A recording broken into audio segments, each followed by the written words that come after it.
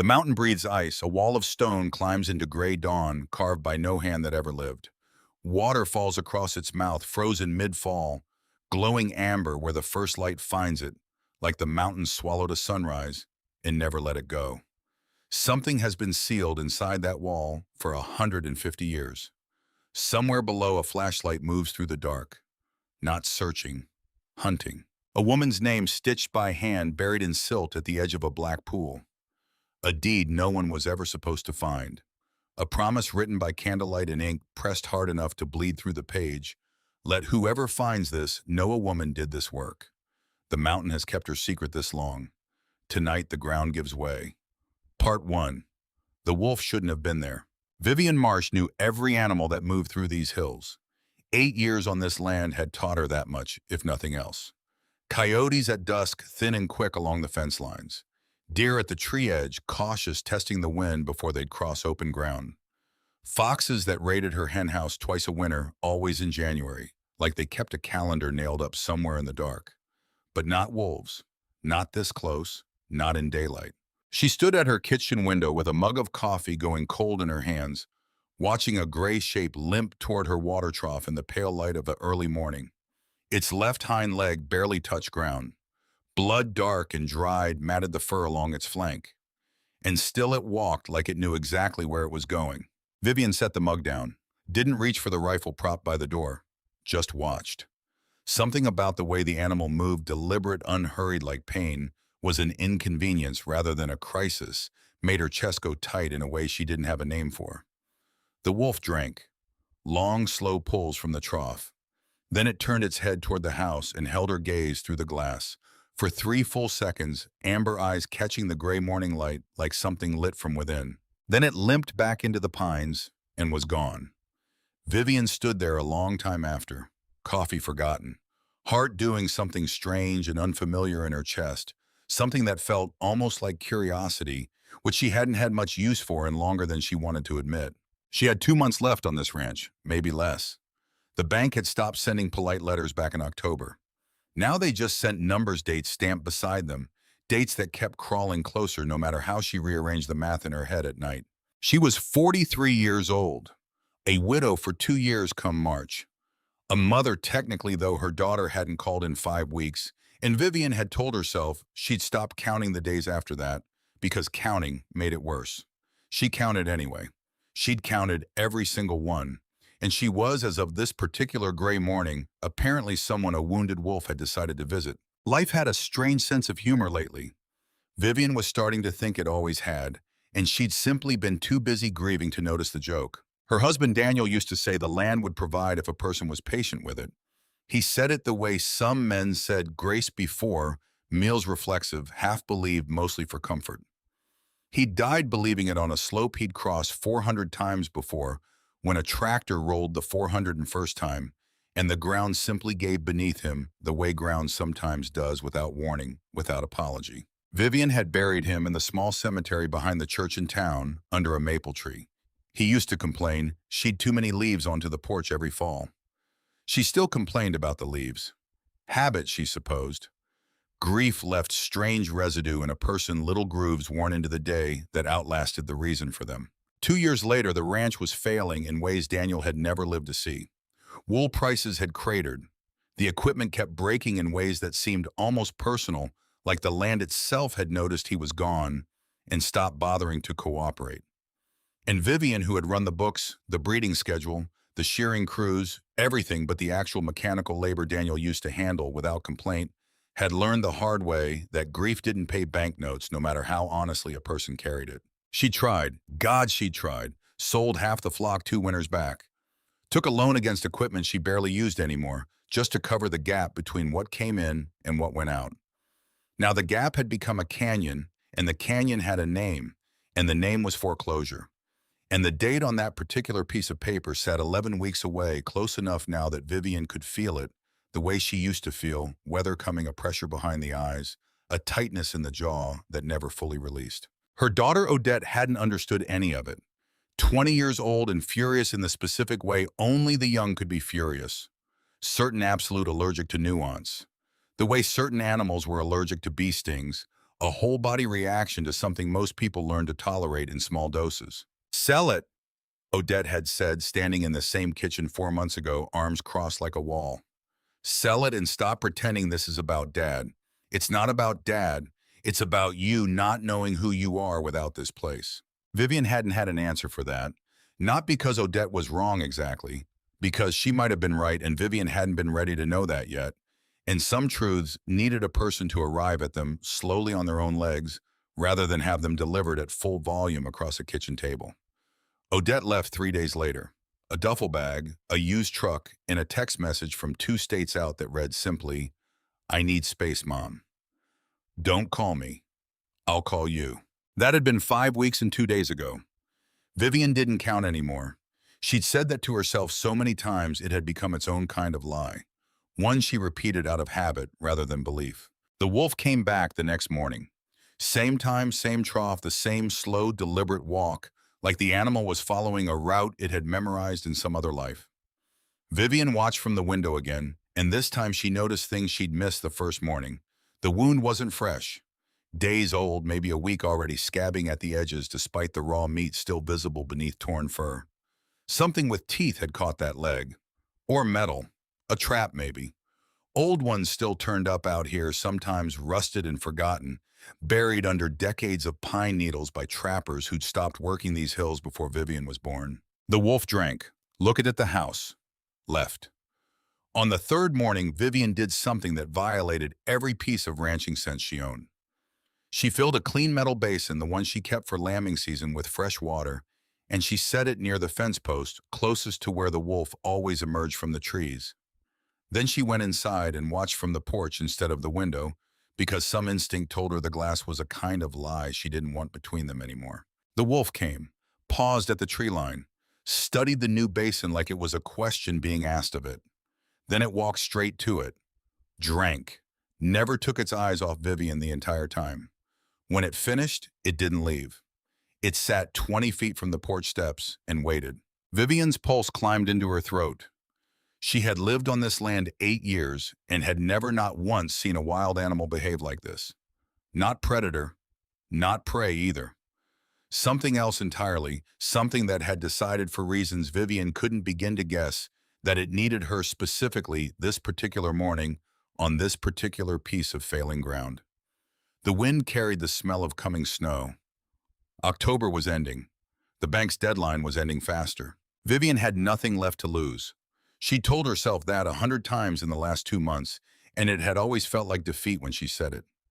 This time, standing on her own porch with a wounded animal watching her like it was waiting for permission, it felt like something else entirely. It felt like an opening. She stepped off the porch. The wolf rose, turned, began walking toward the pines with the same unhurried purpose it had shown every morning that week. 20 paces in, it stopped, looked back, and waited again, patient as a teacher who trusted her student to eventually catch up. Vivian grabbed her coat off the porch rail without letting herself think about it too hard, because thinking about it too hard was how she'd end up back inside with the door locked, telling herself this was foolish, this was dangerous, this was exactly the kind of thing, Odette would say, proved her mother had finally lost her grip on good sense. Maybe she had. She followed the wolf into the trees anyway. They climbed for the better part of an hour through pine groves so dense the morning light barely reached the forest floor across a creek bed, crusted with the season's first thin ice that cracked sharp under Vivian's boots and made the wolf pause, ears swiveling, before it continued on. The animal moved slower than it probably wanted to, favoring the wounded leg, but it never lost the thread of whatever direction it was following. Vivian had hiked this land before, knew most of the ridgelines, most of the deer trails that crisscrossed her own property and the parcels beyond it. But this route was new to her, higher, rockier, the kind of terrain that made her wonder more than once whether she'd made a mistake that was about to cost her something considerably more expensive than a mortgage payment. Then the trees broke. Vivian stopped walking, stopped breathing for a second if she was being honest with herself, because what rose in front of her wasn't a rock formation, wasn't a hillside with a crack in it. It was a wall, a sheer face of pale limestone that climbed nearly 10 stories into the gray morning sky, and cut into the center of that wall was an arch. Not a crevice, not a gap between boulders. An arch wide as a barn door at its base, curving upward into a shape that looked impossibly absurdly deliberate. Carved, like something a mason might have spent a lifetime shaping into a cathedral entrance, except no human hand had touched this stone in 10,000 years. A curtain of half-frozen water fell across the opening. Not a waterfall exactly, more like the mountain was weeping, slow and constant, and the cold had caught the tears mid-fall and turned them into something between water and glass. Where the thin morning light struck it, the whole curtain lit up amber gold, as though the mountain had swallowed a piece of the sunrise and was letting it leak back out one drop at a time. Vivian stood there with her hand pressed flat against her own sternum because her heart was doing something it hadn't done in 2 years, something that felt absurdly like wonder. The wolf didn't share her awe. It limped straight toward the frozen curtain and vanished through it into the dark beyond, like it had done this 100 times before. Vivian followed. What else was there to do?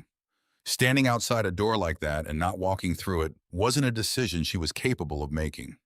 Not that morning, not with everything she had left to lose, sitting 11 weeks away in a bank ledger. The cold hit her first, then the sound, dripping water, distant echoing off stone that had been shaping that particular acoustic for longer than her country had existed. She struck a match, cupped the flame, and the light caught limestone walls smoothed and scalloped by centuries of moving water. The passage narrowed, then widened, then narrowed again. And every 20 feet or so, she found herself having to remind her own lungs to keep working because the space felt less like a cave and more like a held breath. She found the wolf in a chamber the size of her living room, settled beside a still black pool that reflected her match flame back at her like a second small sun. The animal's breathing had steadied. Its eyes, when they caught the light, were pale, amber, unblinking, patient, in a way that made Vivian feel not afraid exactly. Observed. "You brought me here on purpose," she said out loud, and her voice sounded strange in the stone, smaller than she meant it and larger than she expected both at once. "Didn't you?" The wolf didn't answer, obviously. Wolves didn't do that. But it also didn't look away, and Vivian had spent enough years reading the moods of frightened, wounded creatures, sheep mostly, but creatures all the same, to know when something was trying to tell her something, it had no other way to say. She lit a second match. The light crawled along the chamber's far wall, and that was when she saw it. Half buried in silt at the pool's edge. Metal. Corroded but unmistakably shaped by human hands. Vivian knelt. Her fingers found the edges of it in the dark before her eyes fully understood what she was looking at: a small iron box sealed once with wax that had somehow impossibly held against a century and a half of mountain damp. Her hands were shaking by the time she pried it open. Not from cold. Inside, wrapped in oiled leather gone stiff and dark with age, a folded paper dense with handwriting. Several gold coins, dulled but unmistakable, dated 1868. A small canvas pouch, heavier than its size suggested. And tucked into the leather wrapping, easy to miss, easy to mistake for nothing but a scrap of frayed fabric, a strip of cloth hand-embroidered, the stitching gone soft and gray with time. Vivian brought the match closer. A single word sewn in careful looping thread. Martha. She sat back on her heels. Something in her chest, the same something that had gone tight watching the wolf through her kitchen window 3 mornings ago, pulled tighter now, and she couldn't have explained why a name stitched into old cloth would do that to her, except that it did.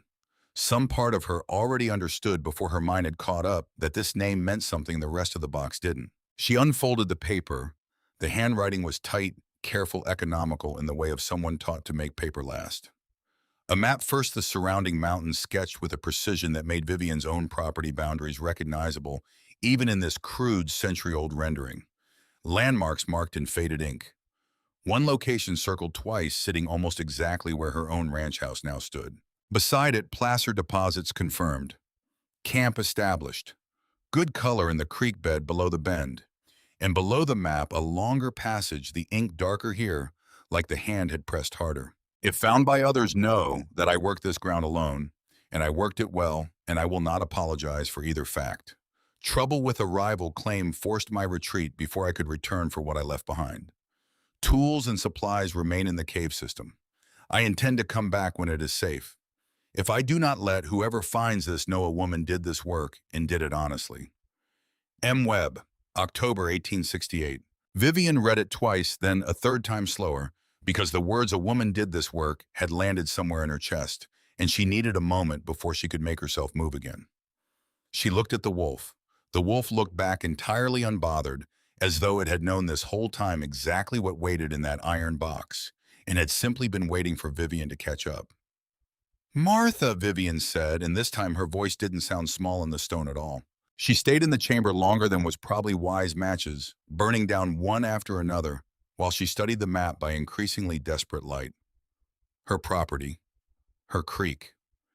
150-some years of silence sitting between a woman named Martha Webb and a woman named Vivian Marsh, and somehow impossibly a wounded wolf had walked the thread between them and handed it to her like a gift she hadn't known to ask for. The passage went deeper.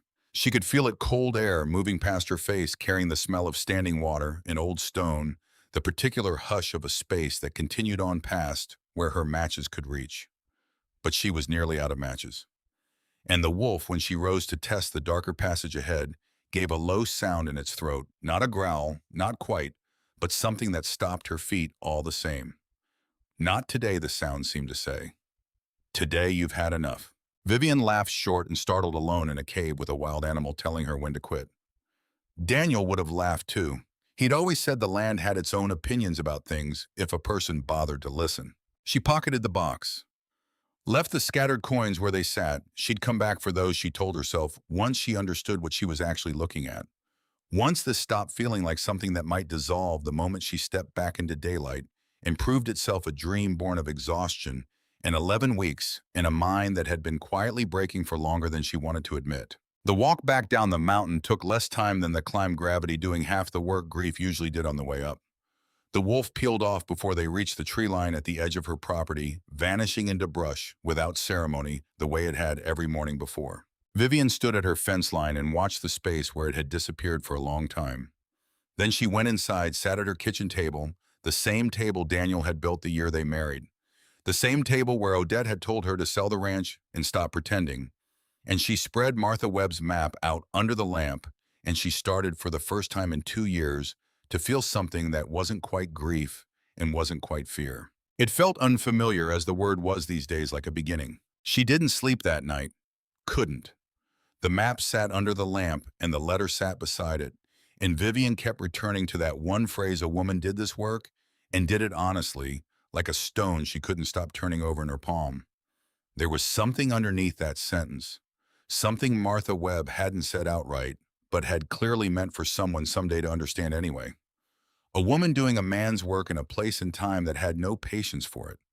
A woman who'd had to fight for ground that should have simply belonged to whoever worked it hardest. Vivian knew that fight.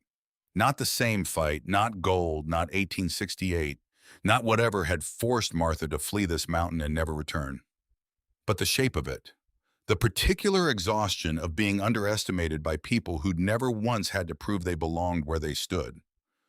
Around midnight, her phone lit up on the counter. She almost didn't look. Almost let it ring through to the machine the way she had the last dozen unknown numbers, mostly bank collectors these days. Occasionally a neighbor wanting to gossip about how she was holding up, which was its own particular exhaustion. But something made her check, and the name on the screen stopped her cold. Odette. Vivian's hand went unsteady before she'd even answered. 5 weeks and she hadn't let herself count, except she had every single one. And now here was her daughter's name lighting up the dark kitchen like it belonged there. Odette. Her voice cracked on the second syllable. She hated that it did. A pause on the other end, long enough that Vivian's stomach dropped, certain for one terrible second that the call had been an accident, a pocket dial, a wrong number wearing her daughter's face. Then, "Hey, Mom." Just that. 2 words. And somehow they undid something in Vivian's chest that 2 years of grief and 11 weeks of foreclosure notices hadn't managed to touch. "Are you—" Vivian stopped herself, started over, because the first question that wanted out, "Are you safe? Are you eating? Are you sleeping? Are you happy? Are you ever coming home?" was too much for one breath. "Are you okay?" "I'm okay." Another pause. Vivian could hear something in the background, traffic maybe, or wind. Odette was somewhere with weather. "I heard about the bank. Denise called me." Of course she had. Denise Hartwell had never met a piece of news she didn't feel morally obligated to spread 3 counties wide. "It's not as bad as she probably made it sound." Vivian said, which was a lie, and they both knew it was a lie, and neither of them said so out loud. Mom? Odette's voice tightened, not angry exactly, something rawer than that. You have 11 weeks. I know how many weeks I have. Do you have a plan? Vivian looked down at the map spread under her kitchen lamp, at Martha Webb's careful, defiant handwriting, at a name stitched in gray thread that had somehow impossibly found its way into her hands on the exact night her daughter's voice found its way back into her life. I might, Vivian said slowly, have found the start of one.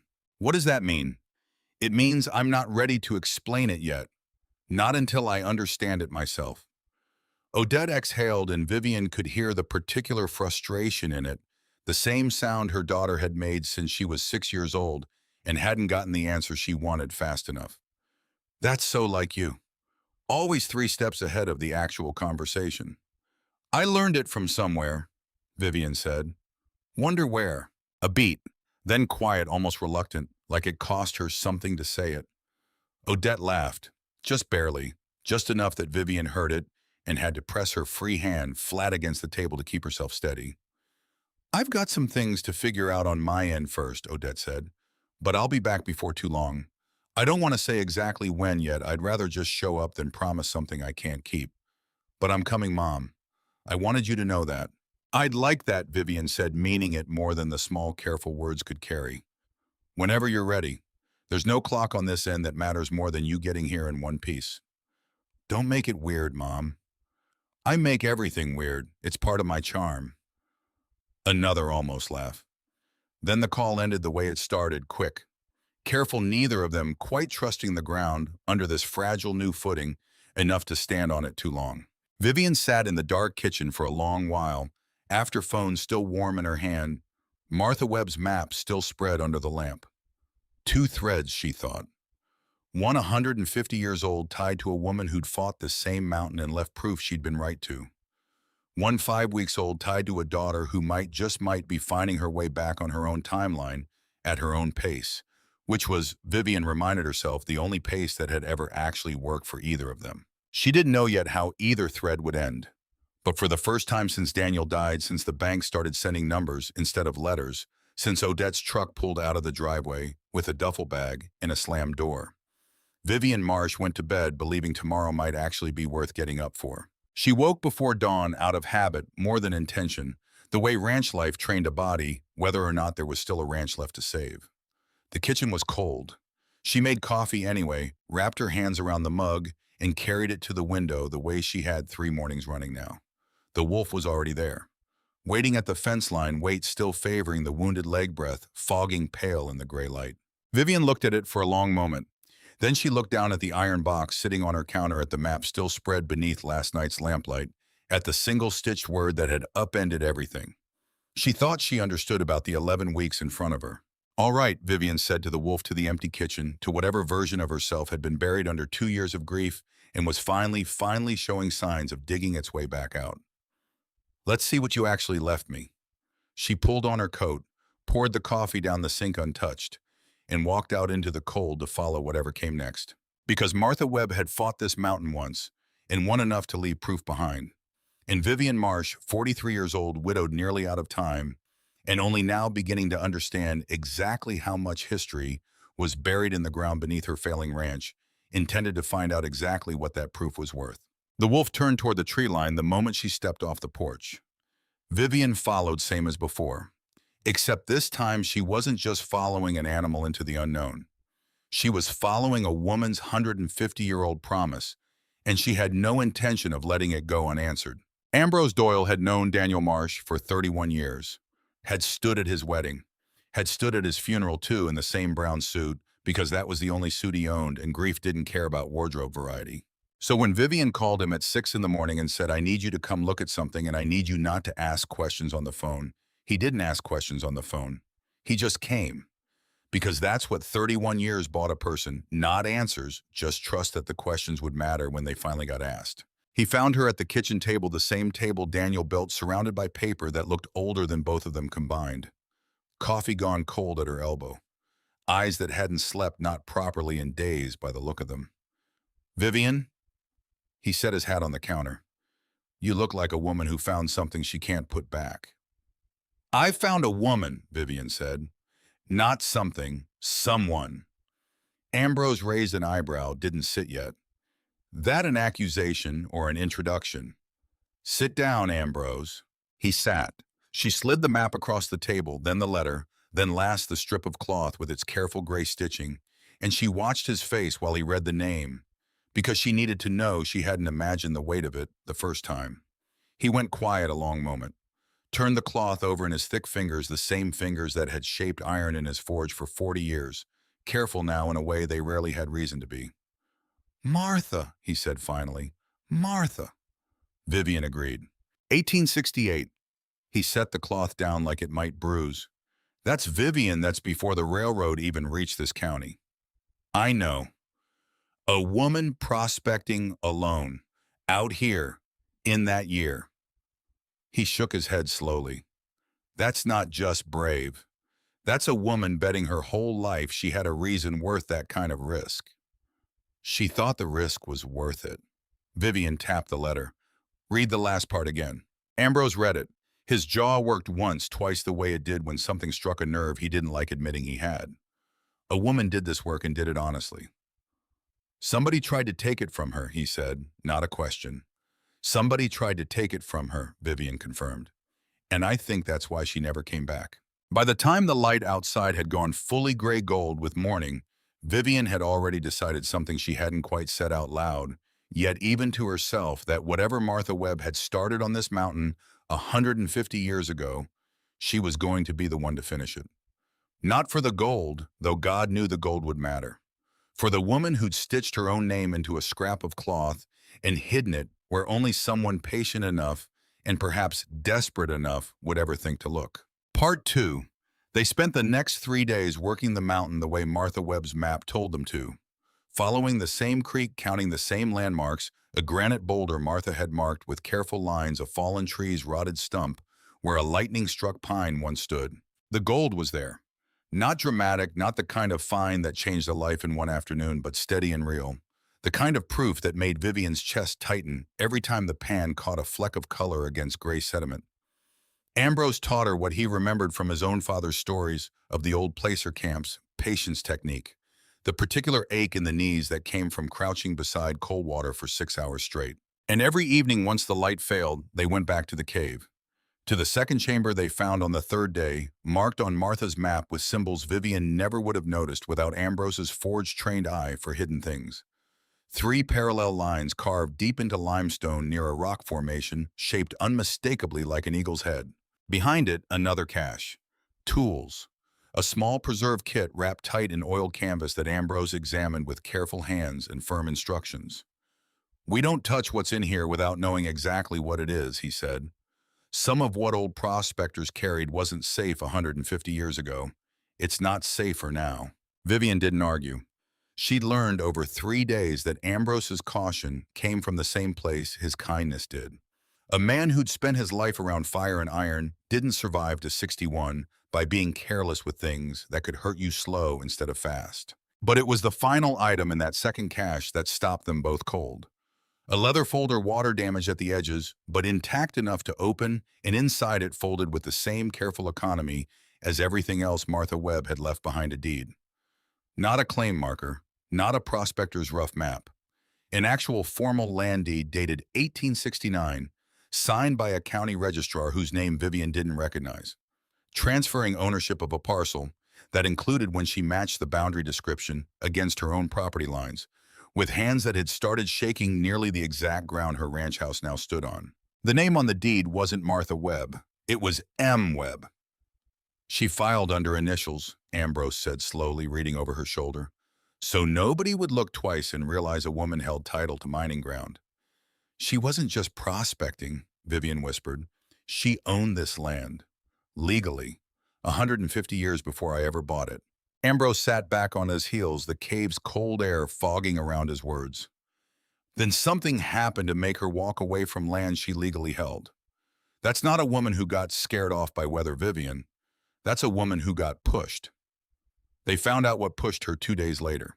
From Denise Hartwell, of all people, a woman who had never in her life let a piece of local history die of neglect, mostly because she couldn't resist telling it to somebody. She rode up the creek trail on her old mare, spotted Vivian and Ambrose, crouched over the water with pans and a slowly growing pile of tools, and reined in with the particular satisfaction of a woman whose suspicions had just been confirmed. "Well," Denise said, "look at this." Vivian straightened, wet to the elbows, cold to the bone, entirely unprepared to explain herself. "Denise, don't Denise me. I've been riding past this creek for 40 years and I have never once seen anybody working it. Now here you are, twice this week." Denise's eyes went sharp, assessing. "This have anything to do with the old Webb claim?" The silence that followed lasted exactly 1 second too long. "You know about Webb," Vivian said. Everybody's grandmother knew about Webb. Denise dismounted, tied her mare with the unhurried confidence of a woman settling in for a story she'd been waiting decades to tell. Not the details, just the shape of it. "A prospector worked this creek back before my own grandfather's time. Found good color, then vanished. Story goes there was a dispute another outfit working, claims 2 ridges over men who didn't take kindly to somebody else pulling gold out of ground they decided was theirs by right of wanting it badly enough." "A rival claim," Ambrose said quietly. "That's the polite word for it." Denise's mouth thinned. "My grandmother's word for it was uglier. Said the rival outfit ran Webb off. Said there were threats. Said Webb disappeared rather than risk getting killed over gold that wasn't worth dying for." She paused. "Story also says Webb wasn't who everybody assumed." Vivian went very still. "What do you mean?" Denise looked at her for a long moment, and something in her weathered face softened just slightly, like she understood exactly what kind of answer Vivian was bracing for. "My grandmother always said the old-timers who remembered Webb were cagey about it. Wouldn't say more than they had to. Like there was something about that prospector nobody quite wanted to put plainly on the record." She shrugged. "Make of that what you will." Vivian looked down at the pan in her hands, at the thin trace of gold caught in the sediment. Patient proof of a story 150 years old finally surfacing into daylight. "I know exactly what to make of it," she said. "Silas Cole introduced himself 3 days after that.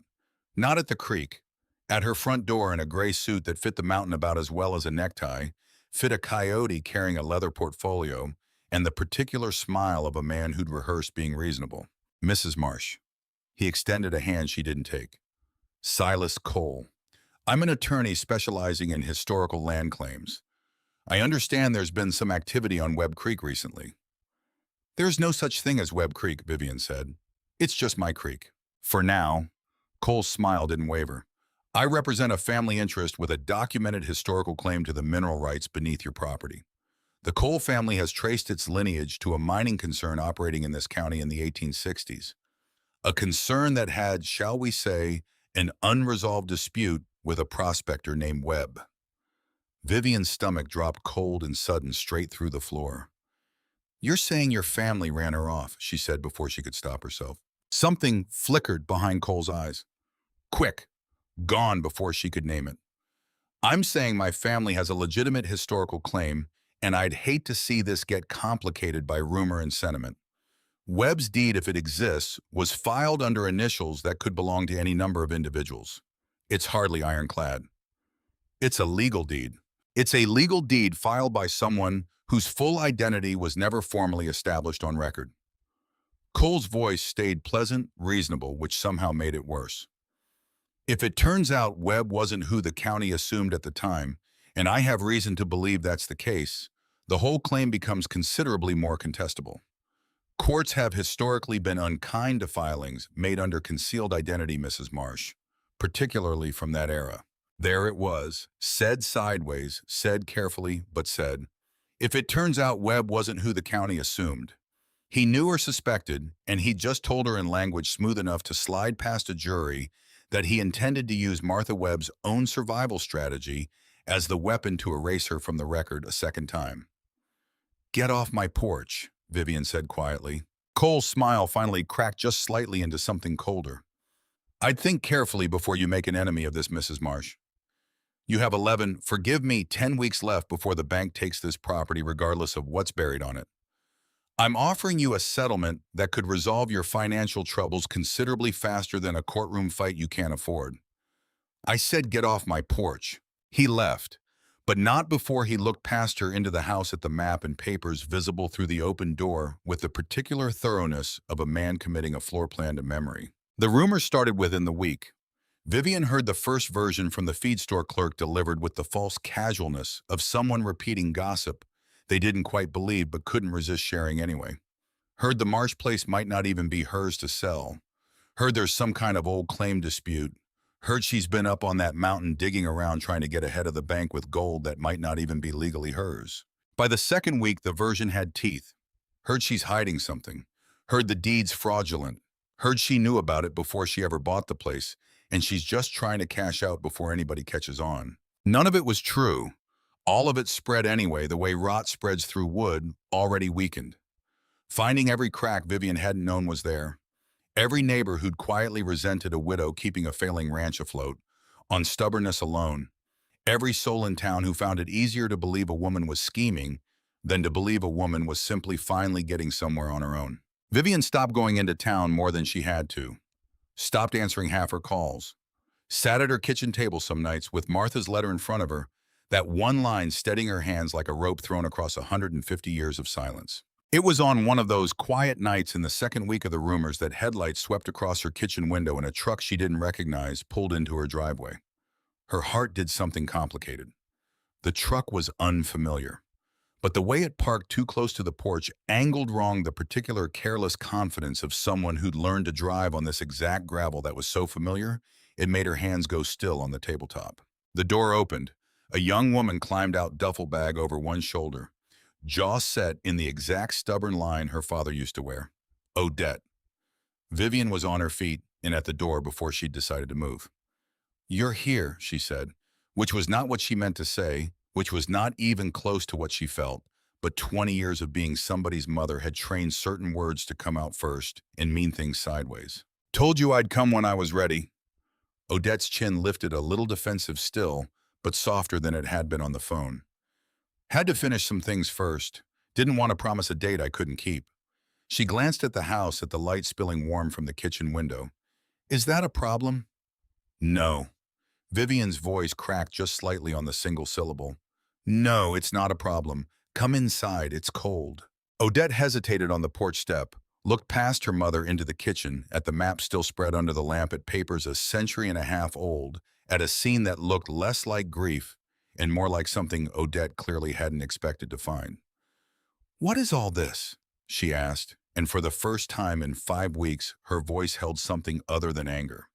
It held curiosity. Vivian looked at her daughter for a long moment, then she stepped back from the doorway. "Come inside, I'll tell you everything, but you're going to want to sit down first." Odette read the letter twice before she said anything at all. She sat at the kitchen table, Daniel's table, the same table she'd stood over 4 months ago, telling her mother to sell the ranch and stop pretending. And she read Martha Webb's careful, defiant handwriting by lamplight, and Vivian watched her daughter's face do something it hadn't done in longer than Vivian wanted to count. It softened. "She hid who she was," Odette said finally, "for over a year, alone, out here, in 1868. "She had to," Vivian said. "The law wouldn't have recognized a woman's claim to mineral rights back then. Not outright. She found a way around it anyway. And somebody found out." Odette's finger traced the edge of the paper without quite touching it, and used that against her. Ran her off ground she legally owned because the moment they realized what she was, they decided the law didn't have to apply to her anymore. That's what it looks like. Odette was quiet a long moment. When she spoke again, her voice had gone smaller, rather closer to something Vivian hadn't heard from her since she was a little girl, bringing home a scraped knee, looking for a version of comfort that didn't require admitting she needed it. "That's basically what's happening to you," she said. "Isn't it, Cole? The rumors, all of it. Somebody deciding the rules don't apply the same way to a woman running this place alone." Vivian didn't answer right away because her daughter, gone 5 weeks, and furious when she left, had just walked into her kitchen and named the exact shape of the thing Vivian had been circling without quite letting herself say out loud. "Yeah," Vivian said finally. "That's basically what's happening to me." Odette looked up. Something had shifted behind her eyes, not resolved, not entirely, but shifted the way ice shifts before it finally fully breaks. I thought you were being stubborn, she said quietly. About the ranch, I thought you were holding on to Dad's memory instead of moving on with your life. I said some things. You said what you believed, Vivian said. That's not a crime, Odette. I said you didn't know who you were without this place. Odette's voice caught. And I watched you the last 20 minutes read a 150-year-old letter from a woman who fought exactly the same fight. And I don't think that's who you are without this place anymore. I think that's who you are, period. I think I was scared of that because it meant I couldn't fix it for you. I couldn't just tell you to let it go and make the fear stop. Vivian reached across the table, took her daughter's hand the way she used to when Odette was small enough to need it constantly, instead of only in moments like this, one rare and unguarded and worth every ounce of patience it took to wait for them. I'm not asking you to fix it, Vivian said. I never was. I just needed you to still be in my corner while I figured it out myself. Odette's fingers tightened around hers. I'm in your corner, a breath unsteady. I'm sorry it took me this long to remember that. Better late, Vivian said, than never. They sat like that a while, hands joined over Daniel's old table lamplight, catching the edges of Martha Webb's map, two women 150 years apart, from a third woman whose courage had somehow reached across all that distance and landed improbably exactly where it was needed. They found the third cache the following week working together. Now Vivian, Odette, Ambrose, three sets of hands instead of two, moving faster through the cave's deeper passages, with Odette's young eyes catching details the older two had missed. It was Odette who found the marking beneath the eagle head formation, a single carved line easy to overlook, angled downward toward a section of wall that sounded when tapped unmistakably hollow. Behind it, a final cache smaller than the others, a single sealed container that Ambrose, with the same careful patience he'd shown the Mercury kit, worked open by lamplight while Vivian and Odette held their breath. Inside, refined gold, nearly 2 pounds of it wrapped in canvas gone soft with age. And a final note shorter than the others, the handwriting less steady, like it had been written in a hurry or in fear or both. If I do not return, no, this was never about the gold. It was about proving a woman's word was worth as much as any man's on paper before the law for anyone who cared to look hard enough to see it. Whoever finds this, I hope you'll extend the same courtesy to whoever comes after you. That's the only inheritance worth leaving. M.W. Nobody spoke for a long moment. The cave held its silence the way it had held everything else. Martha Webb entrusted to it, patient, unhurried, willing to wait 150 years for the right hands to find it. We have to protect this, Odette said finally, voice thick. All of it. The deed, the letters. Cole's going to try something. You know he is. I know, Vivian said. He's already spreading rumors trying to make people doubt the claims even valid, Ambrose added grimly. If he gets his hands on these documents before anyone official sees them, he'll destroy them, Vivian finished. Or twist them. Either way, Martha Webb disappears from the record a second time, and I lose the ranch along with her. Odette's jaw set that same stubborn line, except now it wasn't aimed at her mother. It was aimed outward at a threat the three of them finally fully understood. Then we don't let that happen, she said. There's a county land use hearing in 10 days. Denise mentioned it, historical claims and disputed mineral rights up for review. If we get there first, if we bring the deed, the letters, everything in front of the whole county before Cole can spin his version. We tell Martha's story before he can bury it, Vivian said slowly. In public, on the record, where it can't be quietly disappeared a second time. Ambrose looked between the two women, something like pride settling into the lines of his weathered face. 10 days. That's not much time to keep three people, one cave, and 150 years of evidence safe from a man who's already shown he knows exactly where to look. Then we'd better get moving, Vivian said, because I have a feeling Silas Cole isn't going to wait for an invitation to try again. She was right. 2 nights later, in the deep hours before dawn, Vivian woke to the sound of her dog barking, sharp and frantic, and the unmistakable crunch of gravel under tires that had no business being in her driveway at that hour. She was at the window in seconds, and what she saw there, a shape moving low along the tree line toward the barn, flashlight beam cutting careful and deliberate through the dark, told her everything she needed to know about how much time she actually had left. Not 10 days, maybe not even 10 hours. The dog kept barking, sharp, frantic, wrong. Vivian didn't stop for a coat. didn't stop for shoes until her feet hit the cold porch boards, and some deep animal part of her brain screamed boots. Now when she jammed them on, half-laced and moving already. The flashlight beam wasn't wandering. It was heading straight for the equipment shed, straight for the crates where they'd stored the deed, the letters, Martha's map, everything they need for the hearing, sitting in a plywood shed with a padlock that wouldn't slow down a determined 10-year-old. She grabbed the shotgun off the porch rack. Didn't load it. Didn't need to fire it.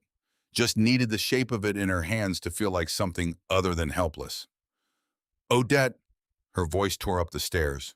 Odette, wake up, someone's on the property. Except Odette was already coming down 2 steps at a time, phone in one hand, the porch light switch under the other. I called Ambrose. He's 15 minutes out.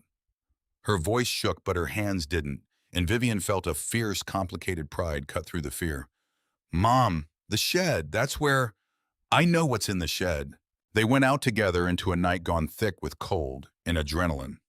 The beam of light now bobbing away from the shed and toward the tree line, toward the trail that led Vivian realize with her stomach dropping through the floor of the world toward the mountain, toward the cave. He's not after the shed copies, she said, half to herself, half to Odette, the horror of it landing in real time.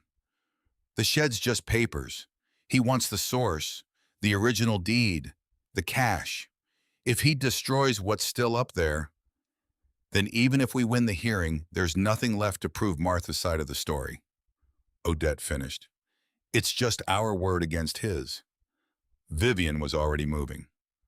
Part 3. They caught up to Ambrose's truck at the trailhead, headlights cutting through pre-dawn dark, the old man out of the cab before it had fully stopped, a coil of rope over one shoulder, like he'd been expecting exactly this kind of night his whole life.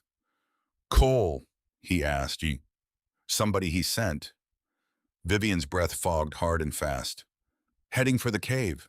Then we'd better move faster than he expects a widow, a young woman, and an old blacksmith to move. Something grim and almost amused pulled at the corner of Ambrose's mouth. Men like that rarely account for all 3 of us together. They climbed faster than Vivian's first trip up this mountain, faster than caution really allowed, boots skidding on frost-slick rock breath, tearing ragged out of all 3 of them. By the time the tree line broke and the great limestone arch rose up ahead, pale and enormous, against a sky just beginning to gray toward morning. The frozen curtain across the entrance had a shape moving through it, a silhouette flashlight beam swinging wild inside the passage. Stay behind me, Vivian said. Absolutely not, Odette said, already moving past her. There wasn't time to argue about it. Inside the beam of a second flashlight found them almost immediately. Silas Cole gray suit swapped for something more practical. A crowbar in one hand and an expression that flickered just briefly with surprise before smoothing back into practiced calm. Mrs. Marsh. He didn't lower the crowbar. This is county land, technically speaking, until the hearing decides otherwise. You're trespassing on a claim currently under dispute. It's my land, Vivian said. Deeded before either of us was born to a woman your family ran off with threats 150 years ago.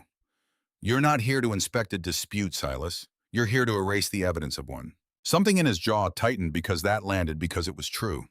And true, things had a way of landing whether a person wanted them to or not.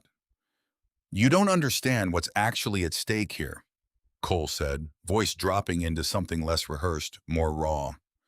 My family has told this story for 4 generations, that the Webb claim was fraudulent from the start, that we were cheated out of ground that should have been ours. I grew up hearing that story before I could walk properly. And you built your whole life around a lie, Ambrose said quietly, stepping into the flashlight's edge. That's not evidence, son. That's inheritance. There's a difference and you know it, or you wouldn't be up here at 4 in the morning trying to make sure nobody ever checks. Cole's flashlight swung toward him, then back to Vivian, then for just a moment to Odette standing tense and unflinching at her mother's shoulder. The deed disappears, Cole said, quieter now, almost pleading with himself as much as them. And this whole dispute becomes exactly what my family always said it was. A rumor, a story nobody can prove. You lose the ranch either way, Mrs. Marsh.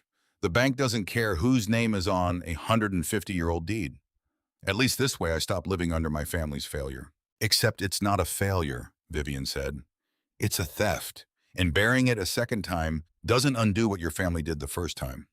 It just makes you the one who did it twice. For a long moment, nobody moved. The cave held its breath around them, dripping water. The only sound the frozen curtain at the entrance beginning to catch the first pale gray light of morning. Then Cole's shoulders dropped. Just slightly. Just enough. "I don't actually want to hurt anyone," he said. And for the first time he sounded less like a lawyer and more like a tired man standing in a cold cave at the end of a very long lie. "I came up here to scare you into settling before the hearing. That's all this was supposed to be." "Well," Ambrose's voice stayed level, but something in it had gone iron hard. "You picked the wrong family to scare." That was when the ceiling groaned. It happened fast, the kind of fast that stripped time down to instinct and nothing else. A section of limestone near the passage's narrow point, weakened by decades of freeze and thaw, working through hairline cracks nobody had thought to check, gave way with a sound like the whole mountain clearing its throat. Dust and rock came down between them and the entrance.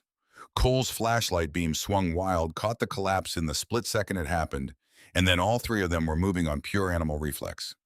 Vivian grabbing Odette's arm, Ambrose throwing himself sideways, Cole stumbling back against the wall with a shout that cracked something desperate and human through his careful composure. When the dust settled, the passage back to the entrance was gone, sealed behind a wall of fallen stone that hadn't existed 90 seconds earlier.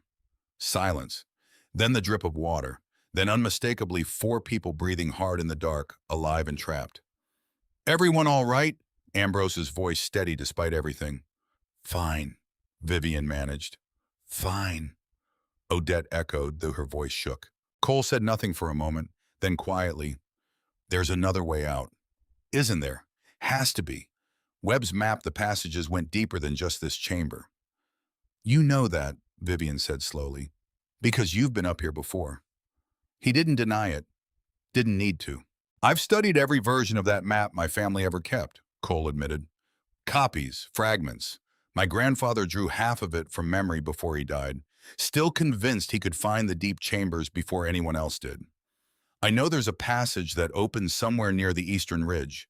I've just never found the entrance from this side." Vivian looked at him for a long moment. This man who'd broken into a cave to bury her family's future, now standing in the dark, admitting his own family's obsession had eaten 3 generations trying to solve the same puzzle Martha Webb left behind. "Then I suppose," she said, "we're going to need to work together to get out of here." Nobody looked happy about it, but nobody argued either. Martha's original map, Vivian realized as they moved deeper, hadn't just marked caches. It had marked the whole system, passages connecting to passages, chambers leading to chambers, a network Martha must have spent a full season exploring while she worked the ground above. She wasn't just hiding supplies. Odette said, tracing a hand along a wall. Ambrose's lantern light had caught, revealing faint scratch marks, deliberate, directional, unmistakably a trail left for someone else to follow. She was leaving a way out, in case she ever needed to disappear fast. "In case someone came for her the way someone's coming for us now," Vivian murmured. The thought sat heavy in the cold air. A woman alone 150 years ago, carving an escape route into solid rock because she understood, long before any of them, exactly how dangerous it was to be a woman holding ground that powerful men believed should belong to them instead. They followed the scratch marks for what felt like an hour. Cole, to his credit, worked as hard as any of them, his crowbar useful now for clearing debris instead of destroying evidence. His flashlight steady even as his composure kept slipping in small human ways. A sharp breath when the passage narrowed, a muttered prayer none of them commented on. It was Odette who found the second collapse. A section ahead blocking the passage, Martha's marks clearly indicated as the way through rockfall old enough that moss had grown across it in the damp air. "That's not from tonight," Ambrose said grimly, running a hand along the stone. "That's old. Could have happened any time in the last century." "So the way out Martha marked," Odette's voice cracked slightly, "might not be a way out anymore," Vivian finished. Silence settled over all 4 of them. Heavy cold, the particular silence of people beginning to understand that survival wasn't guaranteed just because they wanted it badly enough. And then Vivian heard it, faint, almost lost beneath the drip of water and her own pulse pounding in her ears. A whine, low, familiar. "The wolf," she breathed. It appeared at the edge of the lantern light, like it had been waiting for exactly this moment, its entire recovery leg fully healed. Now weight even moving with the same unhurried purpose, that had first led Vivian up this mountain weeks ago. It looked at her, then turned, then walked toward a narrow gap in the chamber wall that none of them had noticed tucked behind a natural stone column, easy to miss unless a person already knew to look.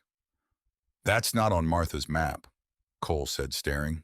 Martha's map is 150 years old, Vivian said, already moving. The mountains kept changing this whole time. It just found a new way through.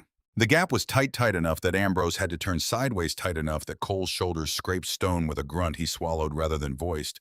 But it held and it led after 100 agonizing feet of crawling through cold dark to a widening passage where the air changed. Fresher, carrying unmistakably the smell of pine and dawn. They emerged onto the eastern ridge as the sun cleared the horizon, gold light spilling raw and enormous across the valley below. 4 exhausted, filthy, alive people blinking against a morning none of them had been entirely certain they'd see. The wolf sat at the ridge's edge, watched them a moment, then rose, turned, and vanished into the tree line without ceremony the way it always had. Vivian watched it go, chest aching with something too large for words. "Thank you," she said to the empty trees, to a wound that had healed to a debt she'd never fully be able to repay. Cole didn't run. That surprised Vivian more than almost anything else that morning, that a man who'd broken into a cave to destroy her family's future stood there on the ridge afterward, filthy and shaken, and simply waited to see what she'd do with him. "You could have left us in there," she said finally, "once the wolf showed the way out. You could have taken the exit for yourself and let the collapse do what you came up here to do." "I thought about it," Cole admitted, quiet and raw, "for about 4 seconds. Then I thought about my grandfather, dying obsessed with a claim he never proved, having spent his whole life certain the world owed him something it never actually took from him." He looked down at his hands, scraped and bleeding from the crawl. "I don't want to die the same way, certain of something that isn't true." "Then help me prove what actually happened," Vivian said. "At the hearing, not against your family's story, just the truth, whatever it turns out to be." Cole looked at her for a long moment. Something in his face that hadn't been there before. Not defeat, exactly relief. Maybe the particular relief of a man finally allowed to put down a weight he'd been carrying since before he understood what it was. "All right," he said. "All right, Mrs. Marsh. Let's find out the truth." The county hearing room was fuller than Vivian had ever seen it. Word had spread Denise Hartwell had seen to that with characteristic thoroughness, and by the time Vivian stood at the front table with Martha Webb's deed letters and maps spread before the board, half the county had turned out to watch history get argued over like it still mattered. It did still matter. That was the thing Vivian understood now, standing there, that she hadn't fully understood a month ago. History wasn't just old paper. It was the shape of who got remembered and who got erased. And Martha Webb had spent 150 years waiting for someone willing to fight for the second option. Vivian read the letters aloud. All of them. Her voice steady even when the words weren't easy, carrying across a silent room full of people who'd spent weeks believing rumors instead of asking questions. Silas Cole stood when she finished. To the surprise of nearly everyone in the room, he didn't argue the deed's validity. "My family's claim was built on a story we told ourselves for 4 generations, he said, voice unsteady but clear. "I came up here 3 weeks ago believing that story completely. I'm standing here now because a woman who had every reason to see me fail instead pulled me out of a collapsed cave and gave me the chance to tell the truth instead. I withdraw my family's claim. The Webb deed stands." The room didn't erupt, but it shifted 100 small sounds of surprise and recalculation. The particular collective murmur of a town realizing the story it thought it knew had just quietly rewritten itself in front of them. The board's ruling came within the hour. The deed, filed in 1869 under initials that concealed a truth its own era wasn't ready to honor, was formally and finally recognized. Clear title. No further dispute. Vivian Marsh's ranch was hers, fully, legally, permanently hers. The gold covered the banknote with room to spare. Vivian paid it off in person, watched the loan officer's careful professional face struggle not to show surprise, and walked out of that building for the first time in 2 years without the weight of 11 now 0 weeks pressing down on her chest. What she did with what remained mattered more than the debt she cleared. Through county records and a genealogist, Denise Hartwell insisted on personally recommending Vivian found Martha Webb's descendant 3 weeks later an 81-year-old woman named Eleanor Whitfield, living 2 towns over, who had grown up hearing vague family stories about a great-great-aunt who'd done something remarkable out west that nobody in the family had ever quite been able to pin down. Vivian drove out with Odette beside her, the original letters carefully preserved in a leather folder on the back seat, and watched an old woman's face transform as she read her ancestors' words for the first time in her life. She hid who she was, Eleanor said softly, so she could do the work she was good at, and she left everything she found to anyone honest enough to find it after her. She looked up at Vivian, eyes bright with something between grief and pride. That's the bravest thing I've ever heard. She saved my family too, Vivian said. 150 years later, I thought you should have a share of what she left behind, and I wanted to be the one to start something in her name while I was at it, something that might have made her proud if she'd ever gotten the chance to see it. She explained it then plainly, the way she'd been turning it over in her mind since the day the banknote cleared a modest fund aimed at ranching and farming women across the county, facing exactly the kind of foreclosures she'd nearly drowned under women. The bank's careful numbers had never bothered to see as anything but risk. She was calling it the Webb Fund because some debts deserved to be repaid forward instead of backward, and Eleanor's share of it, along with her blessing to use Martha's name, would be the first stone laid. Eleanor's hands shook as she accepted the offer. Not from the money, though the money would ease a widow's own quiet struggles in ways Vivian understood intimately, but from something larger, the particular gift of finally being believed, and of watching her family's forgotten courage turn at last into something that could keep helping people long after both of them were gone. Spring came slow to the ranch that year, the way it always did at this elevation. Snowmelt lingering in the shadowed draws long after the pastures had gone green. Odette stayed through it. Not because Vivian asked her to, she was careful. So careful never to ask, but because her daughter looked around the ranch one evening in early spring, lambs bleating in the near pasture, Ambrose's laugh carrying from the porch, where he'd become a fixture nobody quite wanted to name yet, and said simply, I think I want to learn how to run this place. Properly, with you, if that's still an offer. It's always been an offer, Vivian said, throat tight. Good. Odette bumped her shoulder the way she used to as a little girl, easy and unguarded. Because somebody's going to have to keep the books once you're off chasing more historical mysteries. I have no intention of chasing anything, Vivian said. I've had quite enough excitement for one lifetime. Odette laughed. Vivian laughed too, and it felt for the first time in longer than she could properly measure entirely unforced. That same evening, with the light going long and gold across the pasture, Vivian found herself standing at the old fence post where she'd once set out a basin of clean water for a wounded stranger. And she understood, without needing to say it aloud to anyone, that this was the moment the whole strange season had been building toward. Not the gold, not even the ranch, but this. Her daughter's voice, easy in the evening air. Ambrose's laugh, drifting from the porch, a debt finally properly repaid. She saw the wolf one last time that spring, standing at the same fence post, healthy now whole. No trace of the limp that had first brought it to her door. Vivian stood on her porch, coffee warm in her hands this time, and watched it a long moment. The animal that had somehow known, in whatever wordless way, wild things sometimes seem to know exactly what a person needed most to lead her toward a woman's 150-year-old courage, right when her own courage had nearly run out. Thank you, she said, again quiet into the cold morning air. The wolf held her gaze a moment longer than it needed to. Then it turned and walked unhurried into the trees and did not come back. Vivian didn't need it to. She understood finally what it had come to give her. Not gold, not even the ranch, though the ranch mattered, though the ranch would always matter.